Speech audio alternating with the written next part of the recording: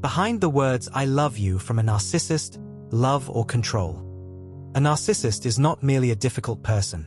They are, as psychologists describe, individuals consumed by a psychological hunger so intense that it drives them to extract emotional energy from others, regardless of the cost.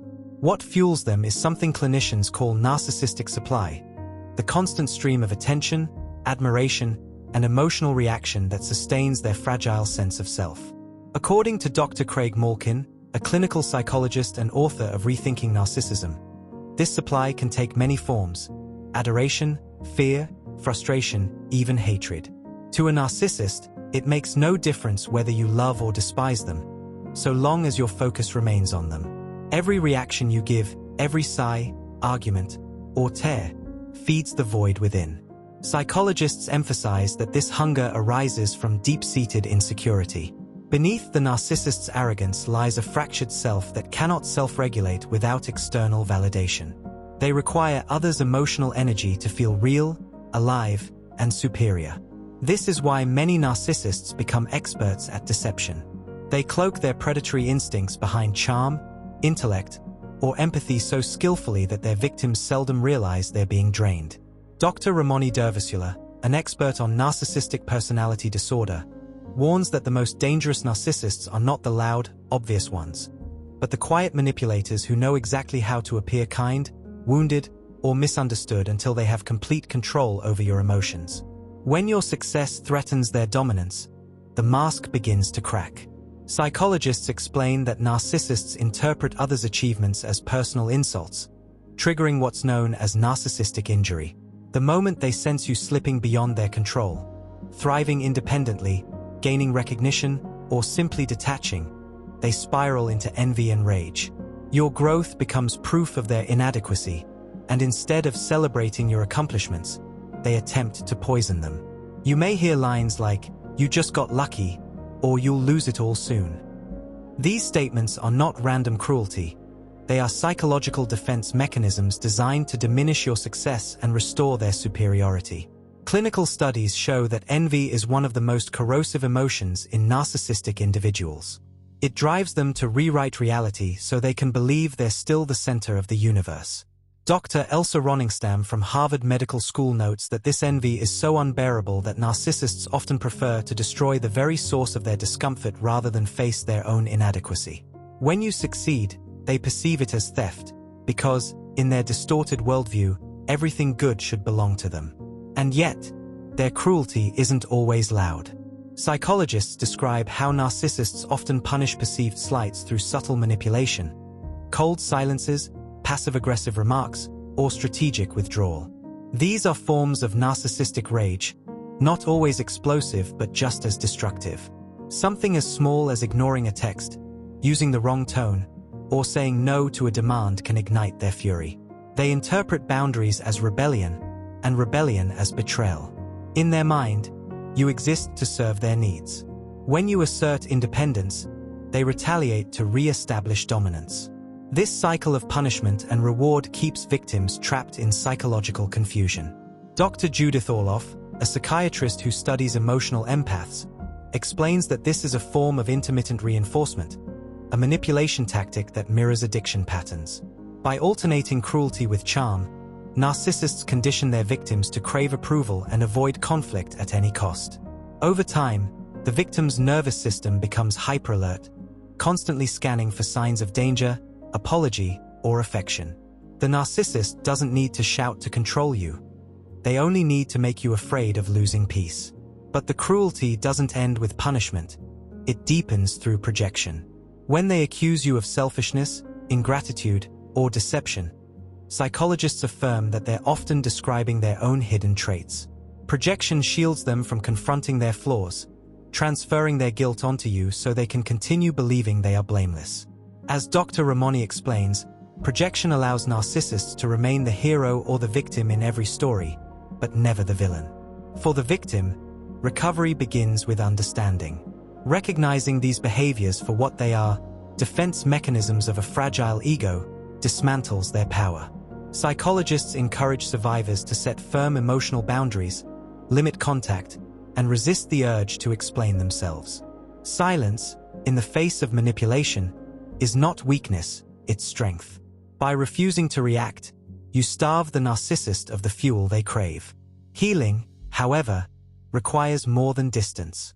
It involves reclaiming your identity from the psychological cage they built around you. Dr. Malkin suggests cultivating self-compassion and re-establishing trust in your own perceptions, as narcissistic abuse often leaves victims doubting their reality. Therapy, journaling, and trauma-informed support groups can help rebuild the self-esteem eroded by years of control. In the end, the narcissist's greatest fear is not your anger, it's your indifference. When you stop reacting, stop explaining, and start living freely, you break the cycle that sustains them. Psychologists remind us that the narcissist's downfall is inevitable because their power depends entirely on the energy of others. Once you reclaim yours, their illusion collapses.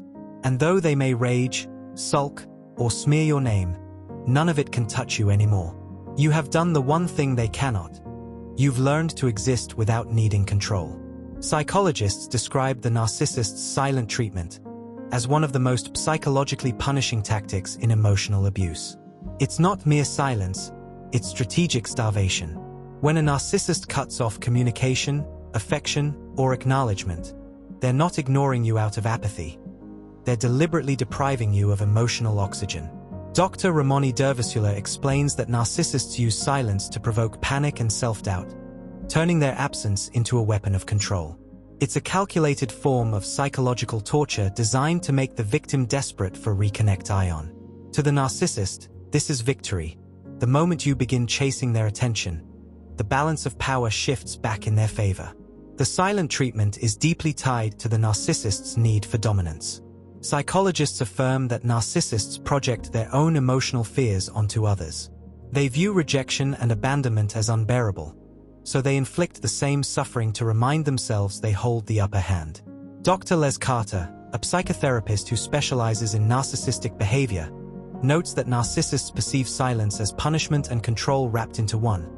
Punishment for perceived disobedience and control over your emotional state. The more you ache for their validation, the more powerful they feel. This is why the tactic persists for as long as they believe it's effective. For the victim, this silence becomes an echo chamber of self-blame. Psychologists explain that prolonged emotional starvation activates survival mechanisms similar to withdrawal. The brain, deprived of connection and reassurance, starts to crave even toxic contact.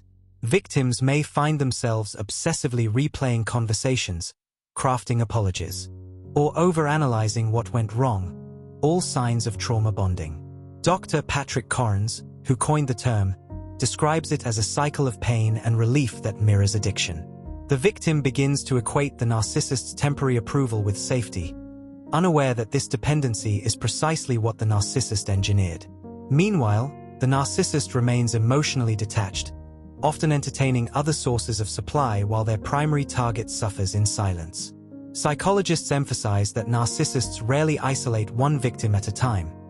They rotate between sources of attention to ensure their ego never runs dry. While you sit in confusion, they're likely charming someone else, feeding on admiration elsewhere.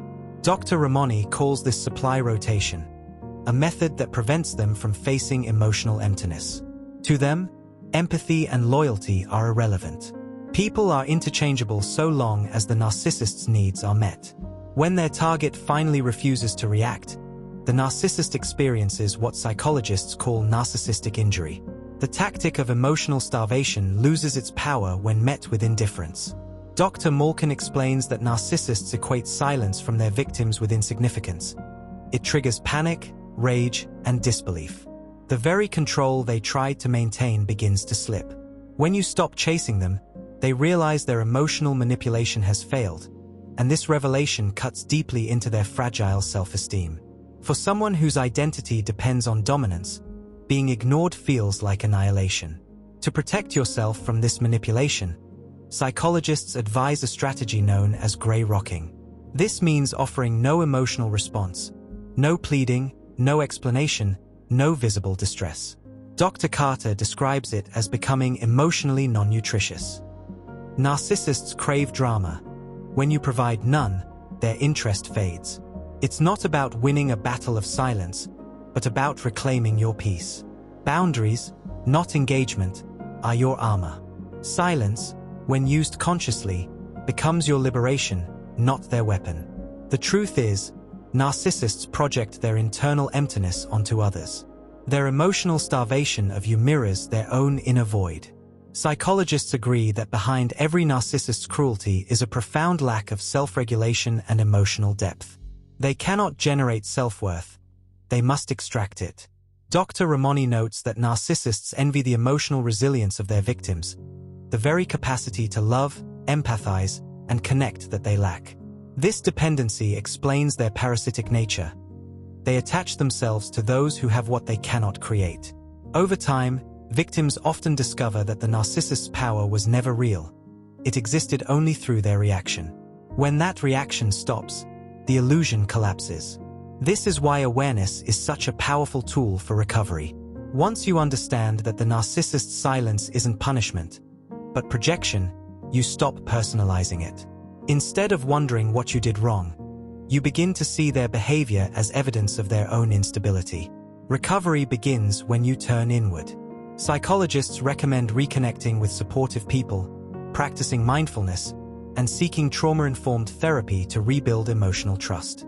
Each step you take towards self-awareness diminishes the narcissist's psychological hold.